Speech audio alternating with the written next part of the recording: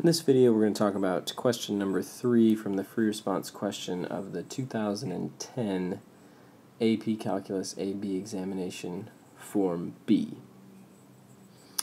So we have information here about an above-ground swimming pool in the shape of a cylinder with radius 12 feet and height of 4 feet. The pool contains 1,000 cubic feet of water at time t equals 0, and then during the time interval from 0 to 12 hours, water is pumped into the pool at the rate of P of t cubic feet per hour. The table gives P of t for selected values of t. During the same time interval, water is leaking from the pool at the rate R of t cubic feet per hour, where R of t is equal to 25e to the negative 0.05 t. And then they give us a little note here on how to calculate the volume of a cylinder, which we'll need later. First, though, it says to use a midpoint Riemann sum with 3 subintervals of equal length to approximate the total amount of water that was pumped into the pool during the time interval from 0 to 12 hours, and show your work. So, because this P of t tells me the rate at which water is pumped in, I know that the integral of P of t, which is the area under the curve, gives me the total amount of water pumped in on some given interval. Because we don't have an actual equation, all we have is a function, or all we have is a table of values. So we have to use a Riemann sum to approximate. And it says use 3 subintervals of equal length. So since I'm going from 0 to 12, each subinterval should have a length of 4 hours. So we can see the first subinterval will go from 0 to 4, then from 4 to 8, then from 8 to 12. Now they also say that we're going to use midpoints. Instead of using left endpoints or right endpoints, we're going to use midpoints. So the midpoint of the first interval is 2, then 6, then 10. And that's how we're going to calculate this, because our Riemann sum just basically says approximate the area under the curve using the area of a few rectangles and then adding them up. So for my first rectangle, the midpoint at t equals 2 tells me that the rate is 46. So essentially we're saying for part A that we're going to assume that 46 cubic feet of water per hour are being pumped in for the entire length of that interval, or 4 hours. Then for the next 4-hour interval, we're going to say it's changed to 57 cubic feet for the whole 4 hours. And we know that that's not actually what's happening. We're just using this as an approximation. Then, for the next 4 hours, from 8 to 12, we say from the midpoint, 62 cubic feet are being pumped in per hour. And that's, again, for 4 hours. So 46 cubic feet for the first 4 hours, 57 cubic feet per hour for the next 4 hours, and 62 cubic feet per hour for the final 4 hours. And when you multiply that all out, you'll get 660 feet cubed is your total. Part B is sort of the opposite, where here we're talking about the total amount of water that leaked out of the pool. So again, if I'm given information about the rate at which it leaks out, I think about the area under the curve, or the definite integral, to find the total amount that leaked out. And in this case, since they do give me an equation, I can actually just calculate the definite integral here. From 0 to 12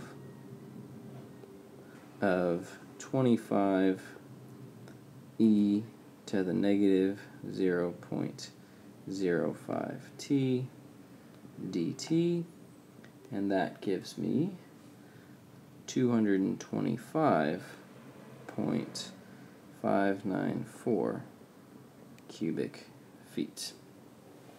So same exact idea for both questions, that if we're given the rate at which something is happening, and we want to know the total amount that changed, total amount pumped in, or total amount leaked out, you integrate the rate of change. And if you have to approximate that integration, then you can use a Riemann sum and just find the area of several different rectangles and then add them up. All right, so that's parts A and B. In part C, it says use the results from part A and B to approximate the volume of water in the pool at time t equals 12 hours, and then round your answer to the nearest cubic foot. So in part C, we know that first of all we started with 1,000 cubic feet, and then we added from part A 660 cubic feet, and then in part B we subtracted 225.594 cubic feet, and the 1,000 should have been feet cubed as well. Feet cubed there. And your answer for that, rounded to the nearest cubic foot, is going to be 1,434 feet cubed. That's my total amount of water in the pool after the full 12 hours. All right. So that's just simple addition and subtraction. How much did we start with? How much did we add? How much did we subtract? In total, we have 1,434 cubic feet left. All right, let's move on to part D. Let's get this part C out of the... Oops. Well, part D doesn't want to go away. Or part C doesn't want to go away. We can fit it. Okay. So part D says, find the rate at which the volume of water in the pool is increasing at time t equals 8 hours. How fast is the water level in the pool rising at t equals 8 hours? Indicate the unit of measure in both answers. So in part D, the first thing we have to do is find the rate at which the volume is increasing. We know the volume is increasing because we're adding more water than we're taking out at time equals 8 hours. So the rate at which the volume of water is increasing, we'll call that dV dt, which that's just going to be P of t, the rate at which the water is, or the rate at which water is being added, minus R of t, which is the rate at which water is being taken out. And so all we have to do is look at these two separate rates at time equals 8 hours. So P of 8 minus R of 8. And when you go ahead and calculate that, P of 8 you can see from the table is going to be 60 cubic feet per hour, minus, then here I got to plug in 825e to the negative 0.05 times 8, and I'll just calculate that all on my calculator and get 43.242 cubic feet per hour, because we're looking at the rate at which the volume is changing. Now for the second part, we're looking for how fast is the water level rising, or how fast is the height of the water rising. So that's where we're going to need to know what they told us here about the fact that the volume of a cylinder is equal to pi r squared times the height. So we're looking for the rate of that. So I'm going to start over here with just that equation, and I'm going to say, okay, volume is equal to pi, equal sign was bad, r squared h, but I know that the radius never changes. It's always 12. As more and more water is added, the height of the water changes, but the radius has to always be 12 to fill the tank. So really I've got volume is 144 when I square that 12 pi times the height. Now again, we want the rate at which the height is changing, so I just need to take the derivative here. And so dv dt, let's come down here, get a little bit more room. dv dt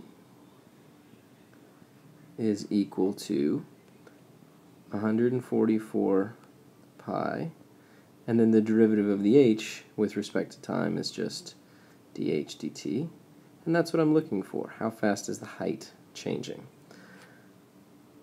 So there's two rates in this. Fortunately, I just found dv dt to be 43.242, and that equals now 144 pi times dh dt.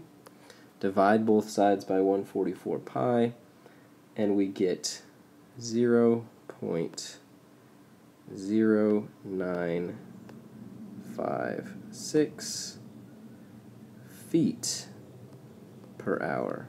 Is just feet now, not feet cubed, because we're talking about the rate of change of the height, no longer the rate of change of the volume. And so that's part D here, the rate at which the volume is increasing, which is just the difference of the rate at which we're adding and subtracting water, and then the rate at which the height is increasing because the volume is increasing at that rate. If the volume is increasing at that rate of 43.242 cubic feet per hour at time equals 8, then the height must be increasing at a rate of 0.0956 feet per hour. And that's question number 3.